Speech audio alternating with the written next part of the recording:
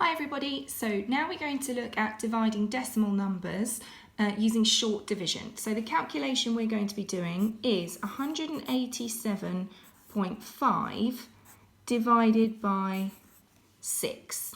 So let's set this out.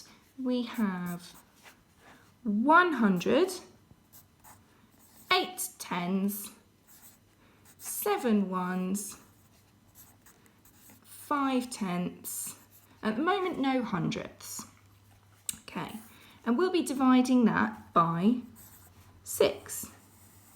This might be what you've called bus stop division in the past.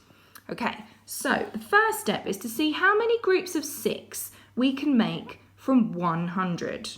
Well, we've only got 1, and so we can't divide 1 by 6, so that's no groups, none. Then we have to regroup our 100 and we see it as 10 tens. So that would leave us with 18 tens. Now 18 can be divided by 6 because 3 lots of 6 make 18. Okay, next we see how many groups of 6 we can make from 7 ones. We can make 1 group of 6 and we have one remaining because we started with 7. So that 1 we're going to regroup for 10 tenths. Okay, that leaves us with 15 tenths. Now we can see how many groups of 6 can we make from 15 tenths. Well, we can make 2 groups, which would be 12, and then we have 3 tenths left over. Now, we can't make any groups of 6 from those 3 tenths left over, so what we can do is we can regroup 3 tenths for 30 hundredths. Okay, with decimal numbers we can keep adding zeros on to the end of the number and it won't change the number, it won't change the value of the number at all. So this 0 hundredths comes in handy because we can then have 30 hundredths where we've regrouped our 3 remaining tenths.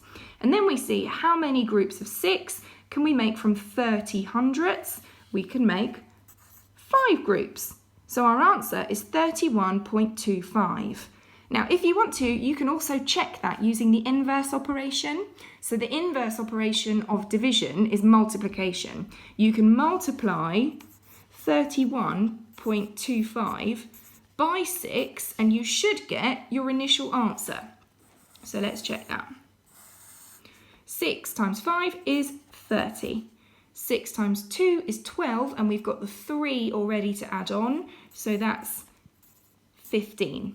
6 times 1 is 6, add 1 is 7, and 6 times 3 is 18, 187.5, which is the number we started with. So you can always check by using the inverse too.